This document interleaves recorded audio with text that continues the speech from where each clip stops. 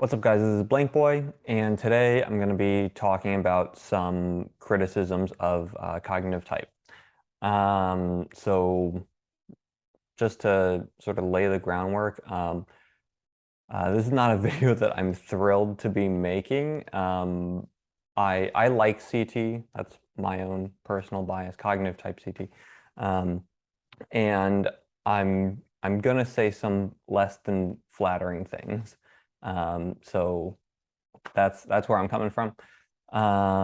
And just one other piece of like laying the groundwork is yeah, I'm assuming that you know some basic things about cognitive type before you're watching this.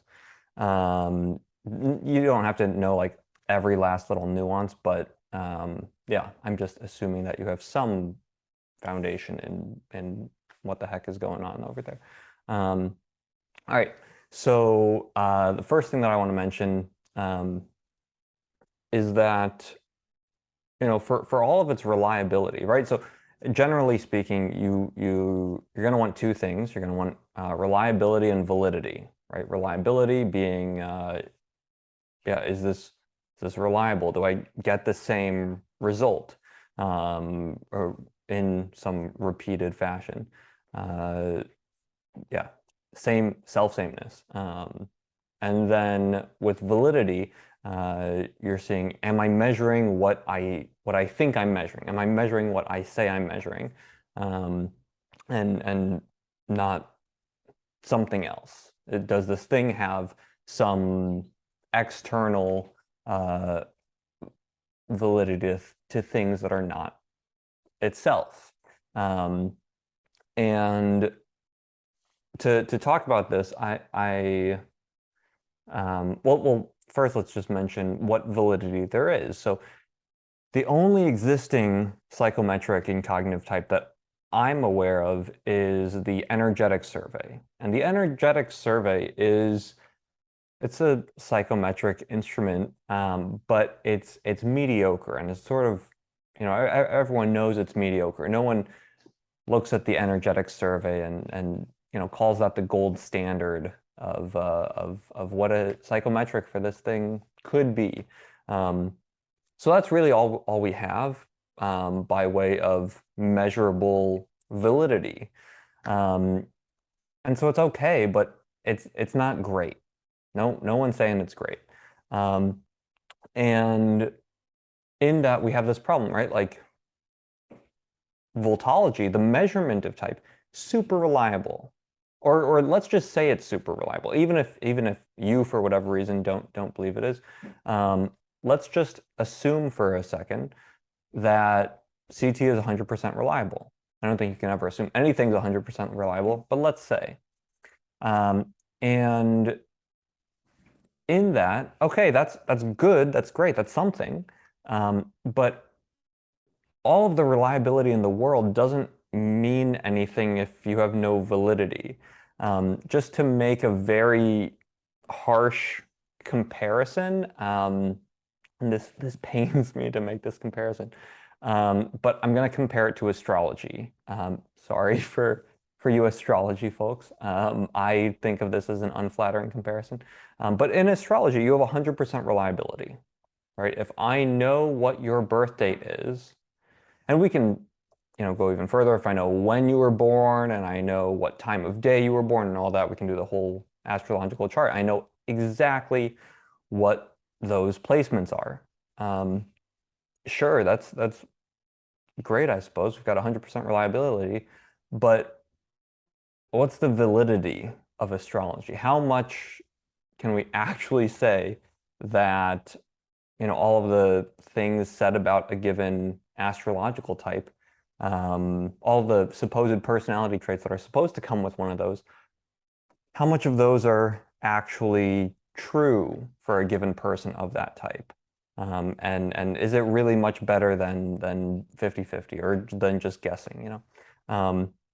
So astrology has no reliability problem.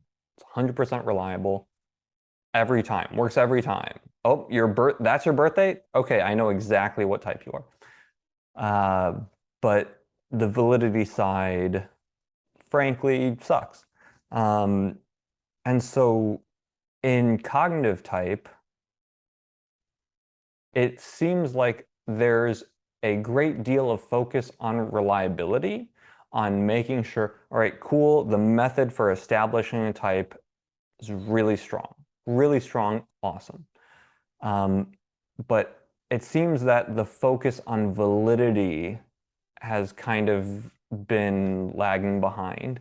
Um, and that, hey, for all the strides in reliability, that's great, but we still just have the energetic survey for the only actual psychometric.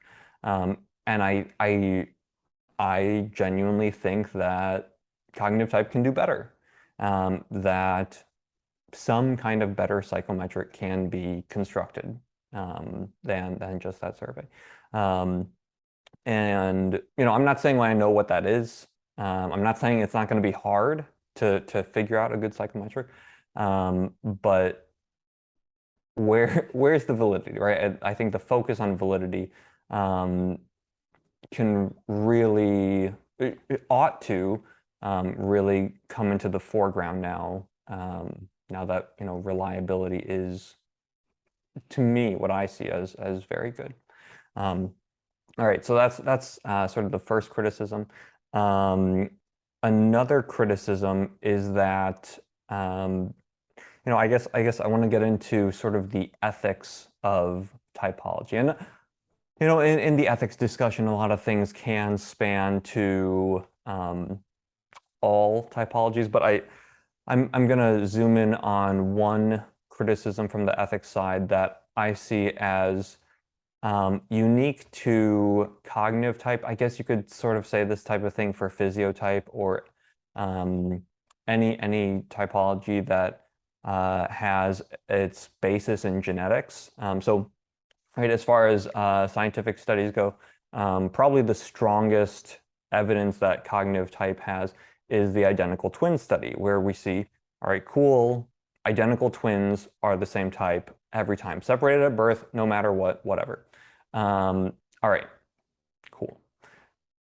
But what are the ethical implications that come from that? Because when we have a person whose genetic makeup says you are that type, does that also mean that your genetic makeup says, and so you will be like this? And so you will behave like this, you will act like this, you will think like this. I see that as very dangerous territory, ethically speaking. Um, for an analogy, let's just think about men and women. Men and women, right? We have the genotype of man and woman, right? XX chromosome, XY chromosome, right? Cool. That's flipped, whatever. And we have the phenotype of masculinity and femininity. And you can say these broad sweeping things like in general, if you pick a random woman out of a crowd and you pick a random man out of a crowd, on par, the woman will be more feminine than the man. And sure, that's true, that's fine. But this is not true for all women. This is certainly not true for all men. And to be sure, there are many men who are more feminine than some women. There are many women who are more masculine than some men. And that's fine. We have this genotype-phenotype distinction. If I know that you're a man,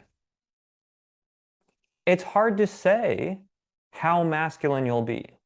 It's hard to say if that's all the information I have. All I have is the genotype.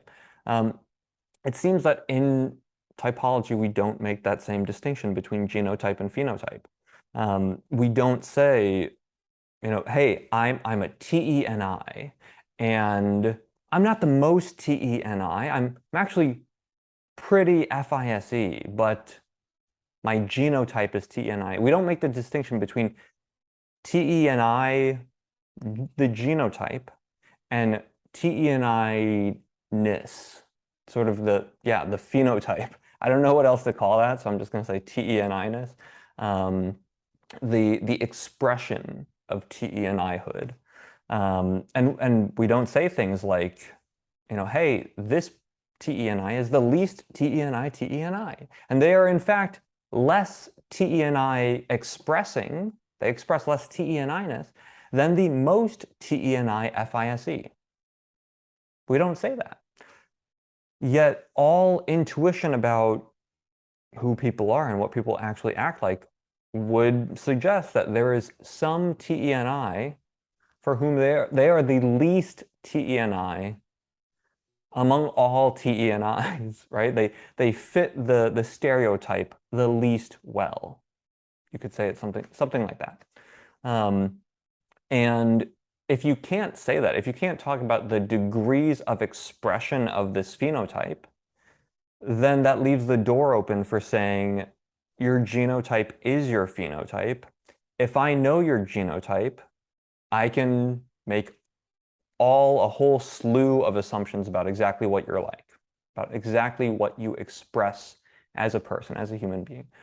And that seems awful, frankly, to me. That seems, yeah, just like the road to telling people exactly what they're like based on nothing but their genetics. Assuming that we could dig this apart and figure out exactly what the genes are that are creating this phenomenon. But right, no matter what gene you have for, even thinking about like the gene that most likely predicts Alzheimer's disease, that doesn't mean that you certainly have Alzheimer's disease, or even that if you live to be very old, that you certainly will have Alzheimer's disease. Even that is only probabilistic, right? Or something like 90% of murders are committed by men. If you say something like that, no one's meeting a man and say, "Oh, I think you're going to murder someone." That's just not that's not how that happens. And of course, that last example is maybe a little hyperbolic, just because the number of people who ever murder someone in their entire life is rather low compared to the number of people who are men. But point being, just there isn't this distinction between genotype and phenotype. There is the assumption that given I know your genotype, I know your phenotype. And that seems unfair, to say the least. I know you're a P lead, a PE lead or a PI lead. You must be disorganized and kind of chaotic and not really well put together, something like that. That I don't think that is a fair profile to have written about someone. Not saying that like that exact type of verbiage is what is on the cognitive type website. I don't think you'll find that anywhere. That's another, I guess, hyperbolic example. But right, these kinds of things, as opposed to just saying, okay, the population of this whole genotype is more likely to express its corresponding phenotype, but for a given individual in that population, I don't know. It's hard to say. And I think that just from the viewpoint of the ethics of this stuff, that's a very overlooked thing. So I wanted to get that out there. Then another point, sort of, I guess, still on the ethics topic, is the way that you can tell a person. So here, let's just use an example. Let's say that someone has typed themselves, taken the MBTI, had someone else type them, whatever, and they came out INFJ. I'm an INFJ. I really identify in this way. And they get typed by cognitive type. They get typed using Voltology, and they now learn that they are an Fe and I. Turns out, hey, your voltology, your voltological cluster that you most closely resemble is that cluster known as Fe and I. And they say, well, geez, I still really resonate with an I. And not only that, but they actually read through CT's definitions, all of the cognitive type definitions of all of these 8 functions. And of the 8, they say, I resonate the most with NI. I really see that as what I'm doing primarily, the way that I primarily organize my life, the way I da da da da, right? I express that phenotype, the phenotype of NI-ness, more than anything else. And yet they're being told, well, you have this other genotype, so you are this other thing. And I mean, this is in a way by no fault of cognitive types. People will take that information and they will say, accept that as guidance for how to become themselves, how to do like self-development or whatever, how to work on their weaknesses, all this sort of thing. And it doesn't seem like cognitive type is at a stage where anyone should do that.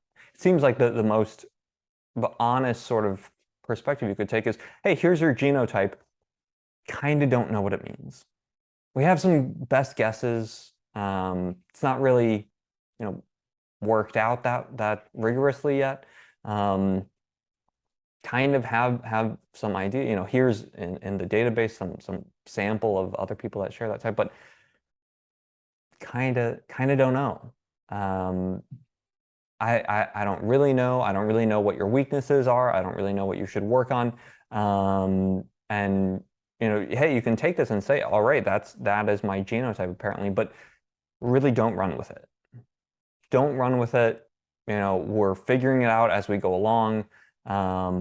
Maybe, hey, in 10, 20 years time, we'll know some more. But yeah, at this stage in the game, just don't take it too seriously. That would be great.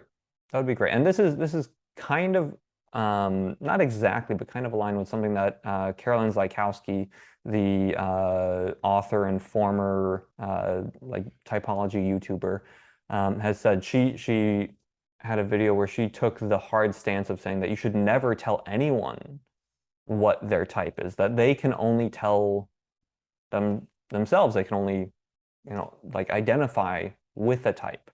And I don't mean to take that same sort of stance, but there is something valuable in that stance. There's a valuable perspective there, which is just saying you can know your weaknesses and strengths in a way better than anyone else. So it's kind of like there's a saying about advice.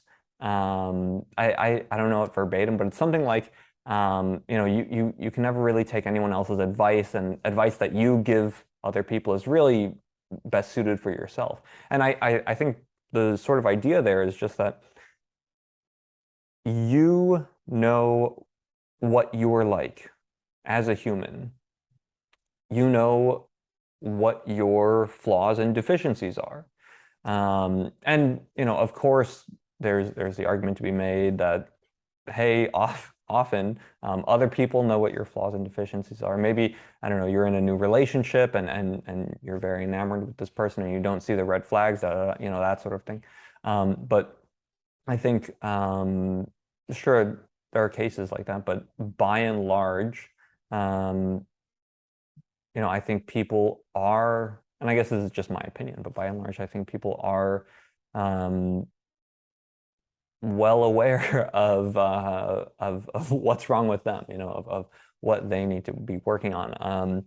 And to just tell someone that you belong to this type and that type has these weaknesses.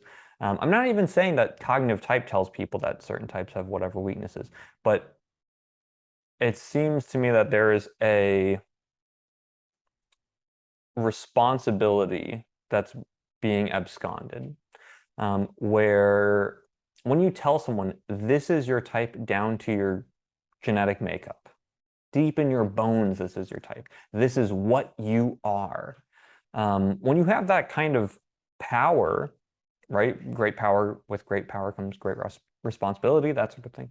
When you have the power to tell someone this is what you are in your genetic makeup, I think there is a corresponding responsibility to say, and we don't know what that means, and please don't run with this, and please don't take this as advice for how you should work on your weaknesses and da da da. Because for better or for worse, people do that. And I'm not saying that cognitive type encourages that at all. I just see it as something that happens that cognitive type has the responsibility to speak to, just by way of having that kind of power vested in them by people who get typed using voltology. All right, I think I've harped on that point for long enough. Let me mention just like one or maybe two other points, other criticisms in this video. So I want to mention the Harold Grant stack and the Harold Grant paper. So there was a paper put out by Cognitive Type. I guess I'll link it in the description, where they were measuring the parity, the correspondence between the Harold Grant stack, what most people know as the Jungian cognitive function stack of, excuse me, let's say for an FESI that that it's a FESI-NETI, and this paper was measuring how much does that stack, the Harold Grant stack, how much does that get solidified, or how much can cognitive type provide evidence for the existence of that sort of thing?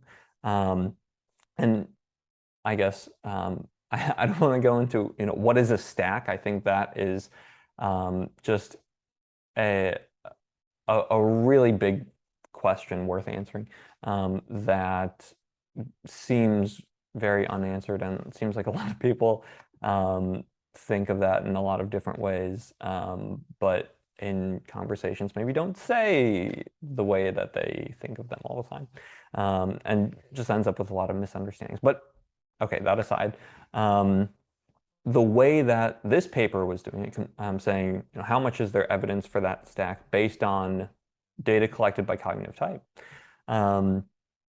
the premise was, okay,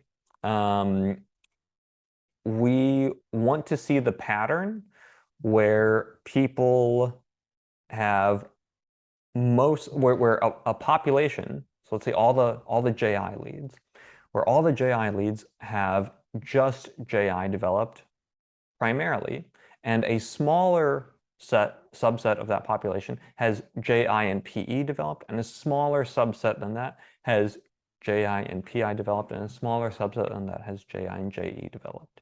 Right? This was the way to the way that this paper purported it was going to back this up, and it's not like on the individual level. It's just statistical aggregates.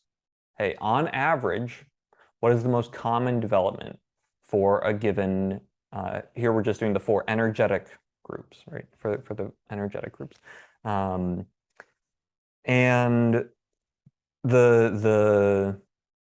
so that was the question. The question was, can we identify that?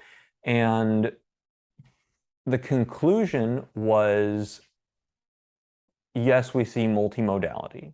Yes, we see PE leads more in this cluster, and PI leads mostly in this cluster, and JI leads mostly in this cluster, and JE leads mostly in this cluster. So we have sort of 4 mounds if we're picturing the space of all possible leads and developments as like a 3D space here.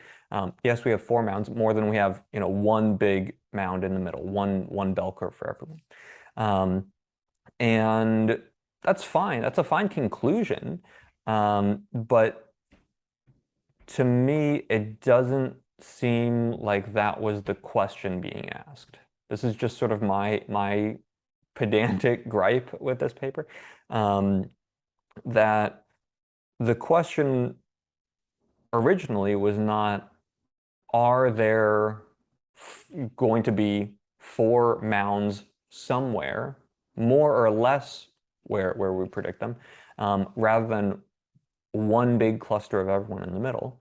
The question was, do we see specifically this correspondence to the Harold Grant stack? And to be sure, the paper did demonstrate and mention as its own problem that yeah, there was a case where before any type of adjustment for a skewed sample, just the raw developments do suggest that for PI leads, they don't follow quite that expected pattern. And then after the adjustment was made for the skewed sample, then okay, well, after adjustment, the PE leads don't quite follow the expected